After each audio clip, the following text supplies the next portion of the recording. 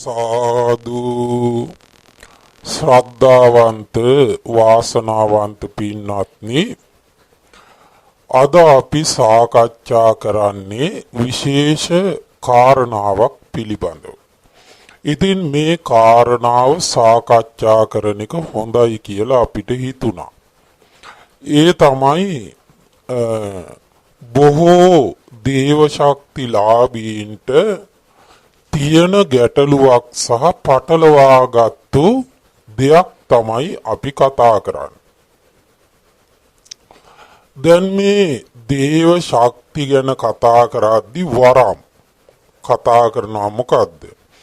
දේවතා වරම්, යක්ෂ වරම්, ප්‍රේත වරම්, භූත වරම් සහ ඥාති වරම් හැටියට කතා කරනවා.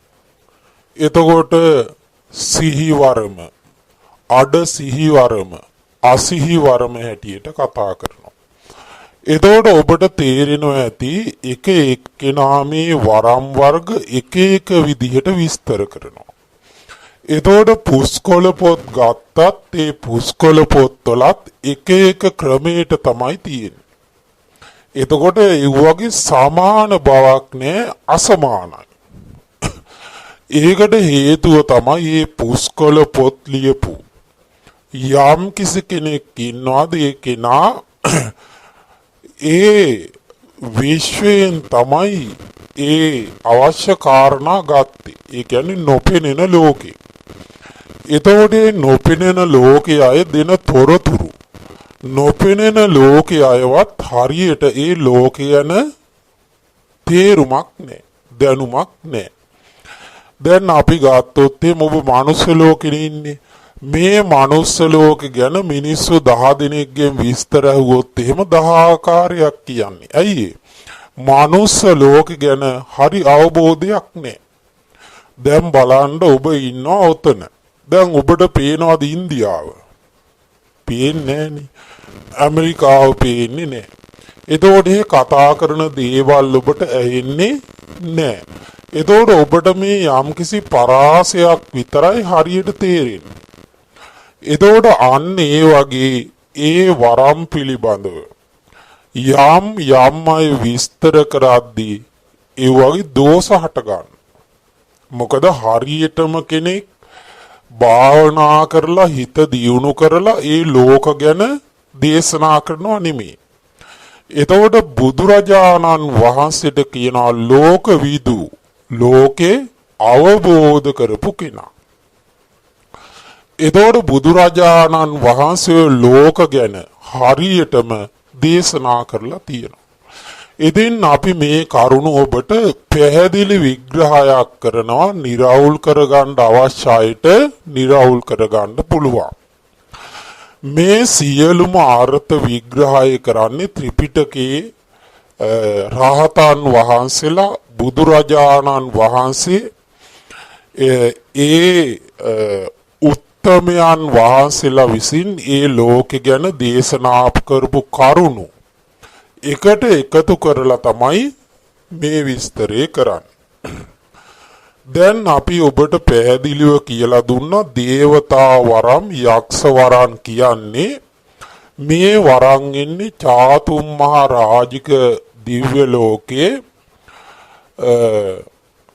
අල්පේ ශාක්‍ය දේවතා කොට්ටාසයෙන් එන වරම් තමයි දේවතා වරම්, යක්ෂ වරම් කියලා කියන්නේ.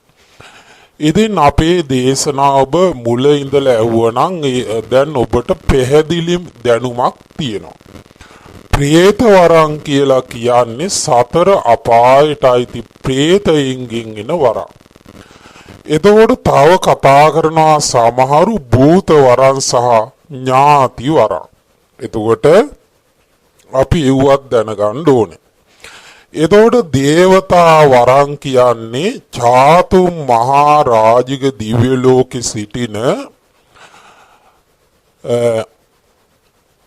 අල්පේ ශාක්‍ය කියන දේවතා කොට්ටාසි. ඒ දේවතා කොට්ටාසි අපි කියලා දුන්නා උසස් ආනුභාවයක් සහිත ඊළඟට මධ්‍යම ආනුභාව සහිත ඒ දේවතා කොට්ටාසෙන් එනවා වරන් ඉව්වට තමයි කියන්නේ දේවතා වරම්. එතකොට එතනින් එහාට චාතුම් මහා රාජික දිව්‍ය ලෝකෙ කිසිම දෙවි කෙනෙක්ගෙන් මනුස්ස ලෝකෙ මිනිසෙකුට ආකර්ෂණ ශක්තියක් ලැබෙන්නේ ඒව අපි පැහැදිලි කළා.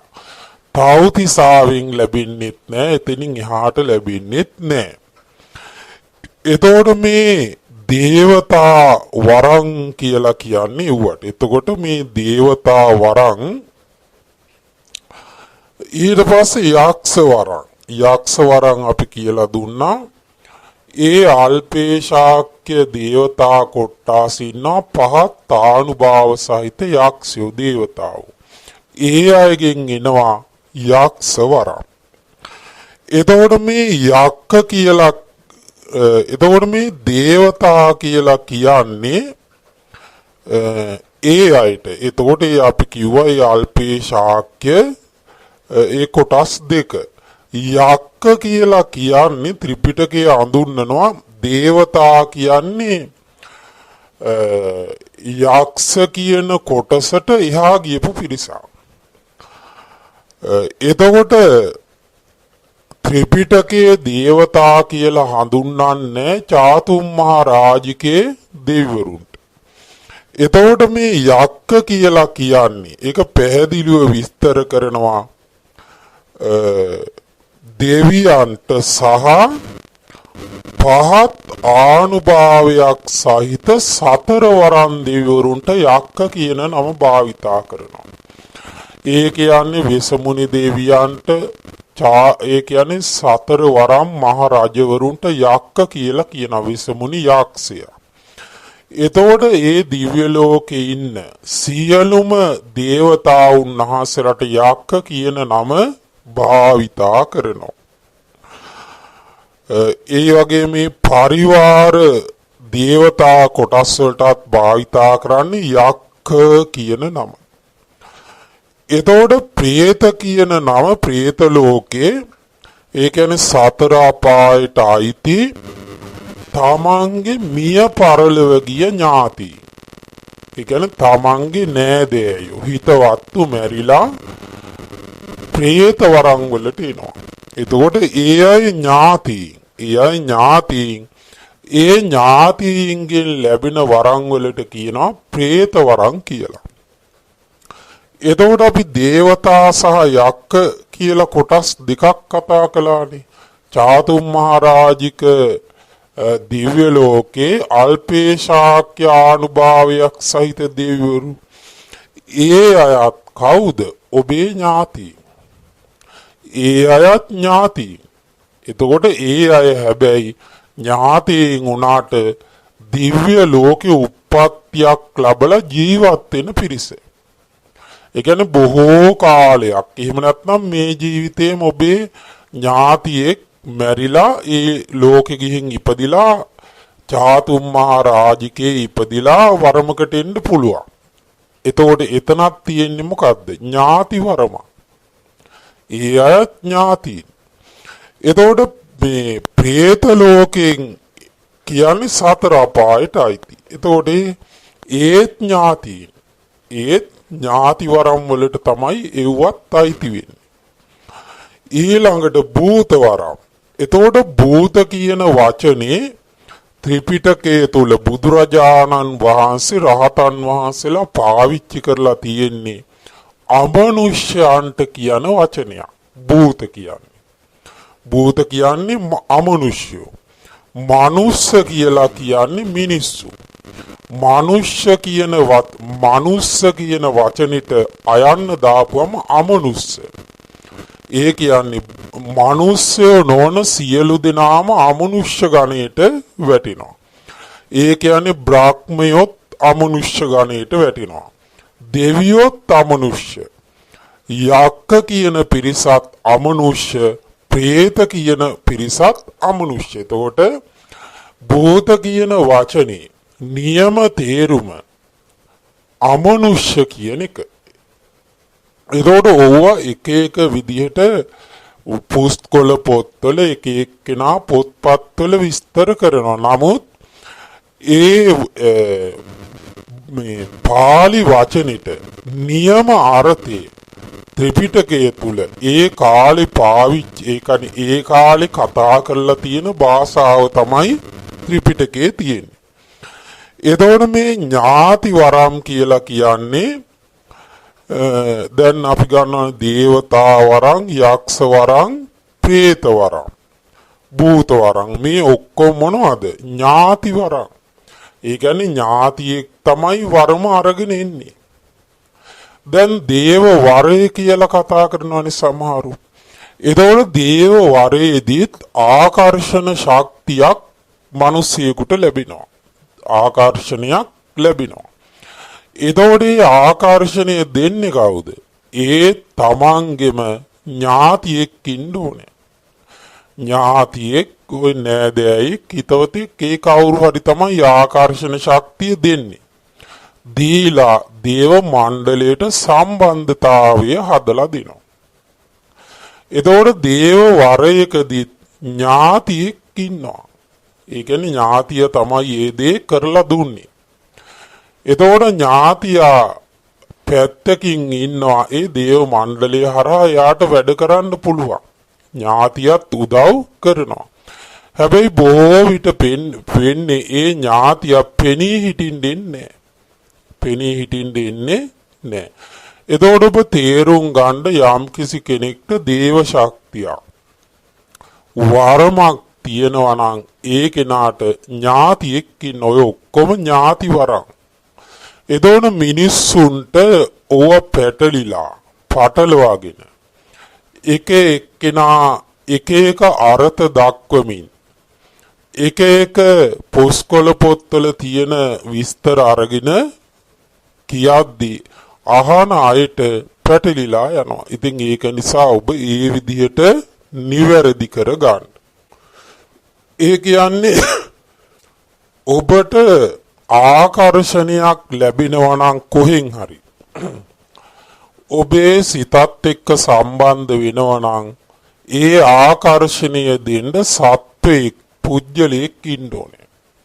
දේවතාවෙක් ඉන්න ඕනේ. දැන් ඔබ අපි හිතමු දැඩි මුණ්ඩ දෙවියන්ට කන්න ලව් කරනවා.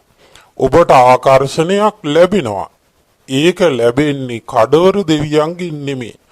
දේව මණ්ඩලයේ ඉන්න ඒ පරිවාර යක්ෂ පිරිසගෙන් තමයි ආකර්ෂණය ලැබෙන්නේ. එතකොට ඔබ හිතනවා මෙතෙන්ට ඥාතියෙක් නෑ කෙලින්ම දේව මණ්ඩලෙම්ම ලැබෙනවා දෙවියන්ගෙන්ම ලැබෙනවා. නෑ එතනත් සත්වයෙක් ඉන්න ඕන පුජ්‍යලෙක්. මොකද ඔව් සත්වයෙක් පුජ්‍යලෙක්. ඒ කියන්නේ පංච උපාදානස්කන්ධයක් සහිත සත්වයෙක් නැත්නම් ඔබට ආකර්ෂණයක් ලැබෙන්නේ නෑ. එහෙම දෙයක් මේ ලෝකෙ වෙන්නේ නෑ. එතකොට වරම් කරන අය, දේව ශක්ති වලින් වැඩ කරන අය තමන්ගේ දේව ශක්තියෙන් වැඩ කරද්දී තමන් හොයා ගන්න ඕනේ. ඒක තමන්ට දෙන ඥාතිය කවුද කියලා එයා උත්සාහ කරුවොත් එයාට හොයාගන්න පුළුවන්. ඉතින් ඒකට කාලයක් යනවා. ඊට පස්සේ අපි තව කාරණයක් කියලා දෙනවා මෙහෙම.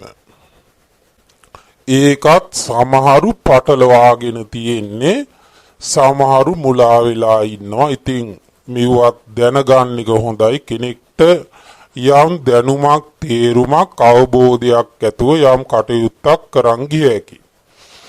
දැන් සමහරු කියනවා දෙවිවරු මිනිස්සුන්ට ආවේශ වෙන්නේ නැහැ. ඒ කියන්නේ මිනිස්සුන්ට දිෂ්ටි ශරීරගත වෙන්නේ නැහැ කියලා.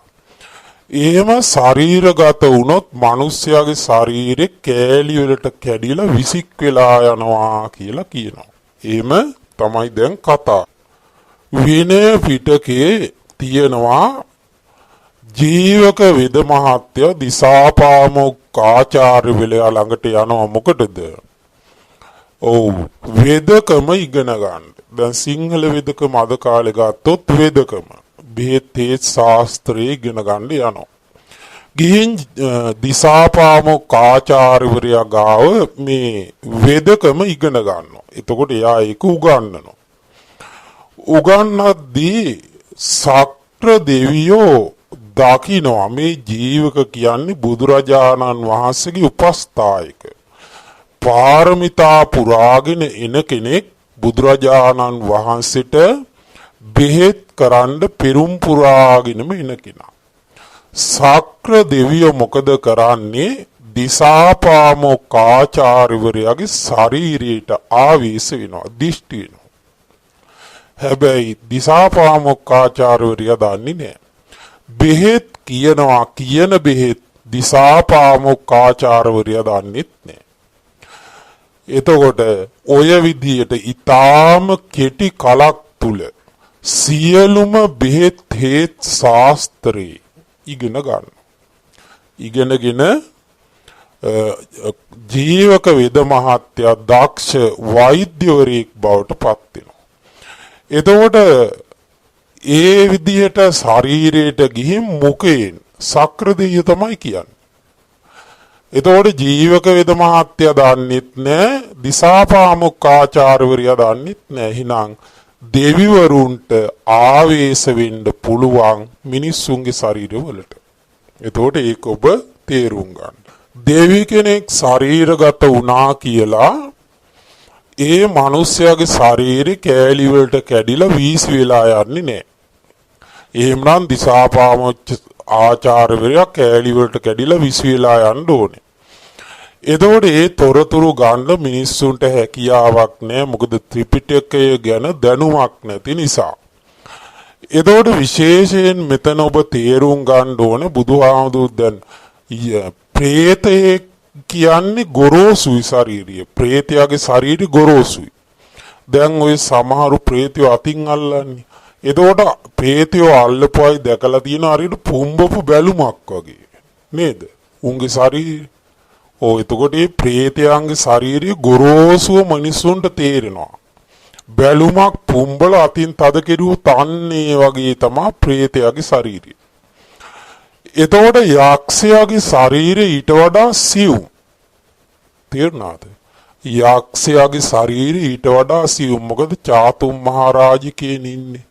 එතකොට ඊට වඩා සියුම්. එතකොට යක්ෂයෙක් මනුෂ්‍ය ශරීරයට ඇතුල් වුණාම ඊට ප්‍රේතයට වඩා යම් පහසුවක් තියෙනවා. ඒ වගේම චාතුම් මහරජගේ දේවතා වර්මකට එන ඥාතියෙක් ශරීරයට ආවේශ වුණාට පස්සේ සමහර ඥාතියින් ඉන්න ආනුභාව වැඩි වෙන්න. මොකද වෙන්නේ? මිනිස්යාට තේරෙන්නේ නැහැ. ශරීරේ රෝම කූපයක්වත් හෙල්ලෙන්නේ නැහැ. ඒතකොට වෙවුලන්නේ නැහැ. මොකද ඒ දේවතාවට පුළුවන් මිනිස්යාට නොදැනෙන්න ඒ කටයුත්ත කරන්න. ශරීරය ඇතුළට ගිහිල්ලා ඒ කටයුත්ත කරලා එළියට යන්න පුළුවන්. ඒ මොකද දෙවියගේ ශරීරේ ඊට වඩා සියුම්. වෙසමුණි රජුරුවන්ගේ ශරීරේ ඊටත් වඩා සියුම්. ඒ කියන්නේ මහේශාක්‍ය වෙන්නේ දිව්‍ය ලෝකවල ශරීර සියුම් වෙනවා. එතකොට දැන් ඔබට හිතෙන්න පුළුවන් වෙසමුණි රජුරුව ශරීරයට ගියොත් එහෙම මේක කඩලයයි කියලා. එහෙම වෙන්නේ නැහැ. එතකොට ත්‍රිපිටකයේ සඳහන් වෙනවා චාතුම් මහ රාජික දෙවියන්ට වඩා තව්තිසාවි දෙවියන්ගේ ශරීර සියුම් භාවයෙන් වැඩි. තව්තිසාවි දෙවි කෙනෙක් ඔබේ ශරීරයට ගියා කියලා වෙන්නේ නැහැ. ඒ කියන්නේ තව්තිසාවි දෙවිවරු ආවිස වෙන්නේ නැහැ. මේ සාමාන්‍ය මිනිසුන්ට ගියොත් ඔබ දන්නෙත් නැහැ. හොයන්නත් බෑ. අවශ්‍ය දේ කරලා යනවා. එතකොට ඔබේ ඥාතියෙක් වුණා කියමු. ඔන්න ඔබ දැක්ක ඔබ කරදරයක වැටෙන්න යනවා මනුස්ස ලෝකේ. ඒ කරදරේ වැටෙන්න යන වෙලේ එයා ඇවිල්ලා ශරීරයට ඔබ බේරලා තියලා යනවා යන්න. ඔබ දන්නේ නෑ ජීවිතේ මැරෙන කල් දන්නේ. එහෙම කියන්නේ එහෙම මොකවත් හොයන්න බෑ. තරම් ශරීරය සියුම්. ඒ වගේම විශාල ශරීර තියෙන. සමහර ශරීර තියෙනවා දිවිවරුන්ගේ ගව් ගානක් දිගයි. හැබැයි ඊටාම කුඩා භාවයට පත් කරගන්න පුළුවන් ශරීරය ඊටාම කුඩා කරගන්න පුළුවන්. තව්තිසාවි දෙවිවරුන්ට වඩා යාමි දෙවිවරුන්ගේ ශරීර සියුම්. එතකොට දිව්‍ය ලෝකයෙන් දිව්‍ය ලෝක ඉහළට යද්දී ඒ දෙවිවරුන්ගේ ශරීර සියුම්. එතනින් එහාට බ්‍රහ්ම ලෝකෙ ගත්තොත් ඊටත් වඩා ශරීර සියුම්. දැන් බ්‍රහ්ම ලෝකේ බ්‍රහ්මිය තවතිසාවට එනවා ධර්ම දේශනා කරන්න. ඇවිල්ලා ටික වෙලාවක් යනකල් තවතිසාවේ සක්‍ර දෙවියන්ටවත් අර බ්‍රහ්මයාව පේන්නේ නැහැ. ඒ මොකද බ්‍රහ්මයා ශරීරය ගොරෝසු කරගෙන ගිහින් අවසානයේ ගොරෝසු කරගත්තට පස්සේ තමයි සක්‍ර දෙවියන්ට බ්‍රහ්මයාව දර්ශනය වෙන්නේ. ඒක නිසා දෙවිවරුන්ට බ්‍රහ්මයෝ පේන්නේ නැහැ. එතකොට ඒ වගේම තමයි ওই බුද්ධ දේශනාවේ තියෙනවා බුදුරජාණන් වහන්සේ ළඟට එනවා සමහර දෙවිවරු. ඇවිල්ලා බුදුරජාණන් වහන්සේ ළඟ හිට ගන්නවා. හිට ගද්දී පොළොව යටට යනවා, යටට ගිලිනවා දෙවියා. එතකොට ආයෙත් නැගිටලා ඉස්සිච්ච හැටි ආයෙ හිට ගද්දී ආයෙ පොළොව යටට යනවා. ඒක හරියට මේ වගේ කියන අර තෙල් මහ පොළොවට දැම්මහම උරා ගන්නවා වගේ පොළොවට ගිලා බහිනවා. එතකොට බුදුරජාණන් වහන්සේ කියනවා දෙවියෝ ඔය ශරීරය ගොරෝසු කරගෙන හිට ගන්න. අන්න එතකොට තමයි දෙවියට සිහිය ඉපදිලා ගොරෝසු කරගන්න. ඒක නිසා ඒ කරුණුත් ඔබ දැනගන්න ඔය ශක්ති පිළිබඳ හොයන අයට. ඉතින් ඒ කරුණුත් කියා දීම මේ කාරණෙත් වැදගත් වෙයි කියලා අපිට කියා දෙන්න හිතුණා. එහෙනම් හොඳයි සියලු දෙනාටම සම්මා